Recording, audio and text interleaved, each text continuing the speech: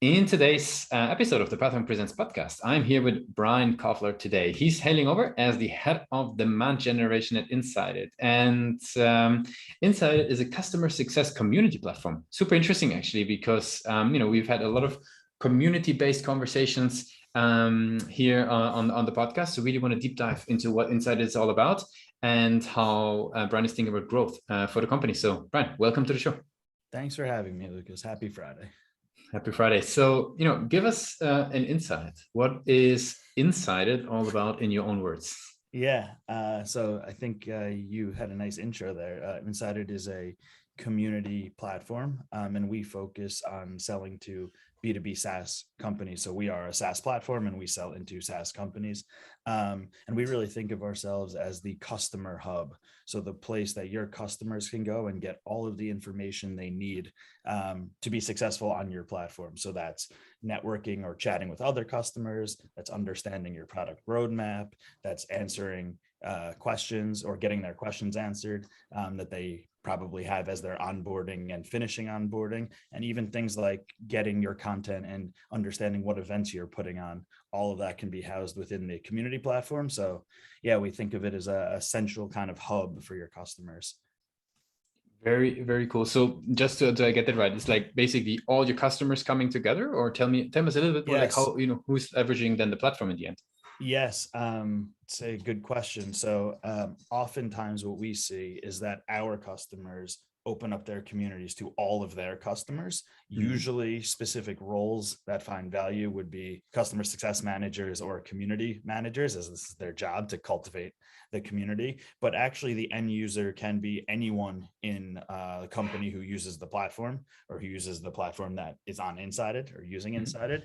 Mhm. Um, and what we've found is that oftentimes SaaS businesses have resources that are scattered in a lot of different places on their website. It's hard to find. So having a centralized place that CSMs or community managers can direct all of their customers and all of the end users to go to find the resources saves a ton of time and answering the same questions over and over again, and which events are coming up and how do I do this in the platform. All of those type of questions should and can be answered in a community platform. So it saves time on everyone's end. Yeah, no, that makes a whole lot of sense. What would you say? Who are typically the champions within your clients' companies that want to Yeah. bring in on board? Is that like more from an operational angle, or does it really come from like the community angle? Like who's bringing in the product? Yeah, it's good question. So recently, in the past 6 months to a year, we have seen that the community job function has really exploded. So organizations, especially in SaaS and software, are hiring community managers, and their job is often to evaluate community platforms or platforms to help them uh, scale and efficiently grow their customer base. So definitely community managers. And then other times we see product marketing managers and customer marketing managers who are looking for ways to connect to their customer bases and connect customers with each other, especially in this remote world. Also as kind of being the champion. And then, as you mentioned, the kind of last bucket is in operations or software teams at SaaS companies that are just looking to upgrade their software stack across marketing and CS. So those are kind of the three main buckets that we see. I see, that makes sense. Now, how do these folks, how do these community managers and product managers, product marketing managers, Yep. how do they hear about inSided? Like, what's a typical journey that they go through?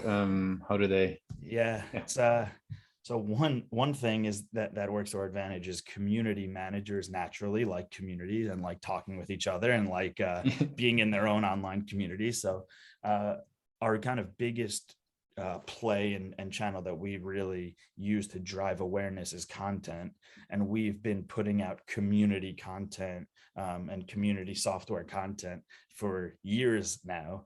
And as you've probably seen, this topic has been exploding recently on LinkedIn, blogs, podcast form. So we're seen as the thought leader as we've been putting out this type of content, ebooks, webinars, etc., podcasts for years. So a lot of it stems from that. And then often what we see is just word of mouth and community managers starting a new job or moving to a new company have either used inSided or knows somebody who's used inSided in the past. And then within the past 6 months, we've actually revved up our outbound engine on the sales side with a BDR team who are proactively reaching out to community and CS and product managers, kind of showing them what inSided's all about. And again, many of them have heard of the name, even if they've never used it in the past, which is always a nice advantage when somebody has an idea of what you are, who you are. So yeah, that's what we're saying. And what would you say, what role does the website play in their journey? Like, how do you think as a demand generation manager about the website and its role? Yeah. So the website obviously plays a big role. We have one interesting thing is we have our own community on inSided called inSpired that we kind of practice what we preach and put all of our content and put FAQs and best practices on the community on our website. So that actually drives a lot of traffic from our current customers and new customers. We can actually show what we do, right? Like exactly what we do to our prospective customers. And then we've done a great job for years with with our content, and a lot of it's actually longer form. So ebooks, like I was saying, and podcasts that really gives a full scope into what community is and how community managers should evaluate software or think about software. And we see that those hits on our website oftentimes are for content originally, and then at some point later in the future, they're coming back and requesting demos or requesting pricing, sometimes immediately, but oftentimes a couple months down the line when their current contract's up. So the website's like the first place that all the content drives people to get an understanding of what inSided is actually about. And for listeners who are into community management, can they just join the community, or how does that work? Can they head over to the page, or? Yep. It's totally dependent on preferences and settings. So you can have a private community, which is only for certain customers or for all customers. The inSided inspired community is open, so you can you can send the link that's public, and we can actually show people exactly what we do. And that's a choice that we leave up to our customers. It's just a preference question of who you want to be able to see. Sometimes when there's product feedback or product roadmap stuff on the community, people want that to be a little more private. But others it's actually a great way to show off their product or what they're thinking about in the future. So again, totally up to our customers. And so people who are listening can just find the community on your website. Correct. Yeah. Okay. Gotcha. Okay. Very cool. Yeah, I would like to sort of maybe deep dive a little bit more on that website before we're moving on. I'm curious, what as a demand generation manager, you've been in inbound for quite a while. Like, what do you consider sort of a strength of the website versus where do you see even room for further improvement to, drive conversions into demos? Yeah, I think so. I'll start with improvement because I'm always thinking about how to get better first. We haven't done a great job of product marketing or showing off our product. I think the community is actually the only way we do that well, but that's not necessary. If you didn't know to go to the community, that's not on our homepage. There's not a ton of screenshots. There's not a ton of new product kind of features and showing like, what does the platform even look like? A lot of times, or I should say many times, community platforms, this is the first time that the company is implementing a community platform. So they don't necessarily know what it should look like or how it should work. So I think we need to get better at showing off our product and our platform because it's amazing. And one thing I think we do well is, like I said, is we provide a ton of valuable content, much of it ungated, some of it is gated. But as a community manager, I truly believe you can go to the inSided website and inSided blog and inSided community and even our social media pages and fully get an understanding of the things you should be thinking about and how you should be going about doing that, even if you're not necessarily looking for a solution. But we know that what happens is people get resources, find it very valuable. And then, like I said, weeks or months or years down the line, when they are evaluating a platform, they remember inSided because they consumed our content. So I think we do a great job of that. Makes sense. And you've been in interesting inbound roles even prior, right? Even prior to inSided. I'm curious about, what you've learned over the years when it comes to, website conversions, lifting conversion rates. Like, what have you learned? What is good, methodologies, tools, approaches that you personally found to be helpful over the years? So one overarching approach that I think applies everywhere is usually the simpler, the better. So that's landing pages, that's website, that's blog posts, that's homepage. Eliminating options is usually the best option, or eliminating kind of clutter. Um, and I think that's something that we're trying to audit constantly, whether, like I said, landing pages, new content, new ads that we're putting up. We just want the messaging and the call to action to be tight and easy to understand. One thing I noticed that inSided in a lot of companies is you get to a page and there's 6 options. You can go to the demo, you can go to content, you can go back to the other page, you can go to the, link out to the most recent event they've done or webinar.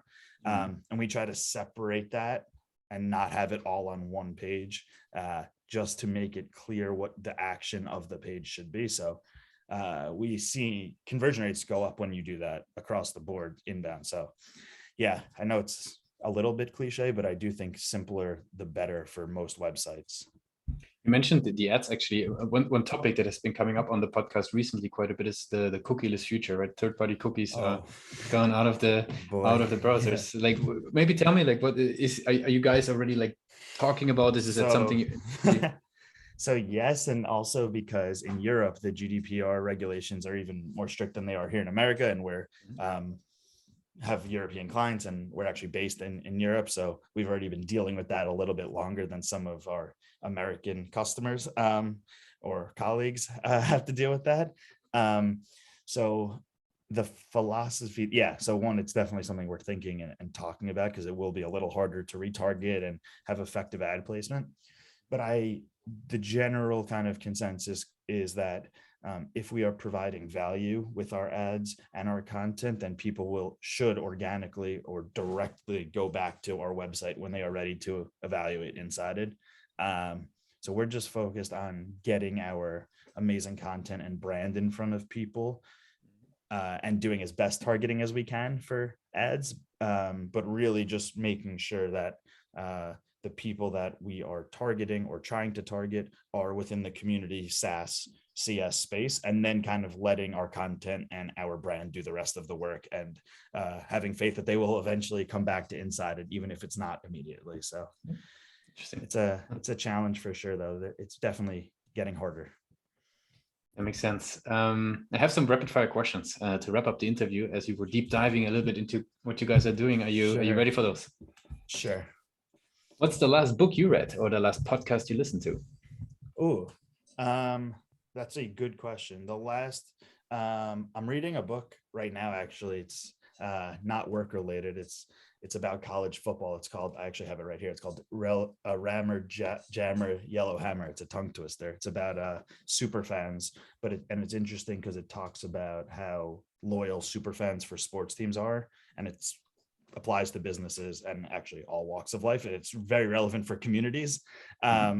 As super fans of football teams that travel and spend hundreds of thousands of dollars a year to go to all of the games. So it talks about how to cultivate that.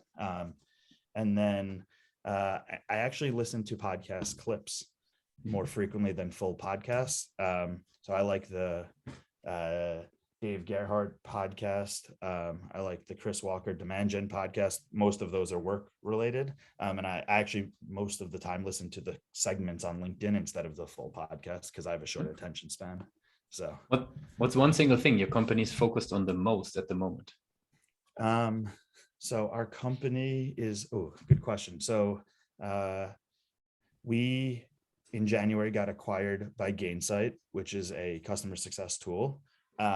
And we had a integration, and Gainsight was a customer of inSided. inSided was a customer of Gainsight. Then they acquired us. So there's now a native seamless integration to both tools. So one big focus is working on that integration, and what does it mean for customers who just use one of the tools, and how they can use all of the products now within Gainsight.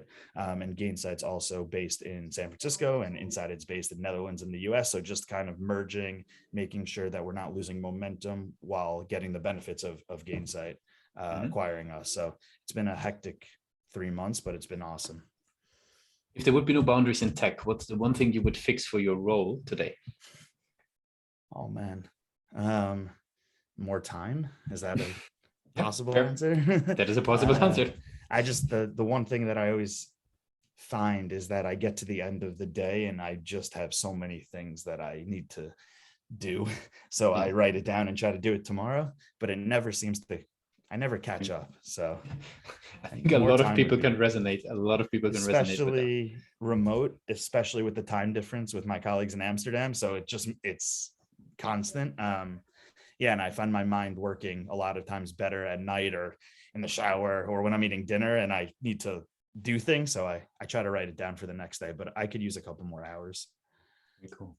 And for the last question, I want to do a little bit of time travel, if that's okay for you. We go back to the days of the University of Michigan, right? Yes. Now you're heading out of formal education into the world of, I think you were in sales, operations, marketing. What's the one advice you would give yourself for your journey? Oh man, the funny thing is when I started out as a BDR and SDR, I had no idea what growth marketing or demand generation even was.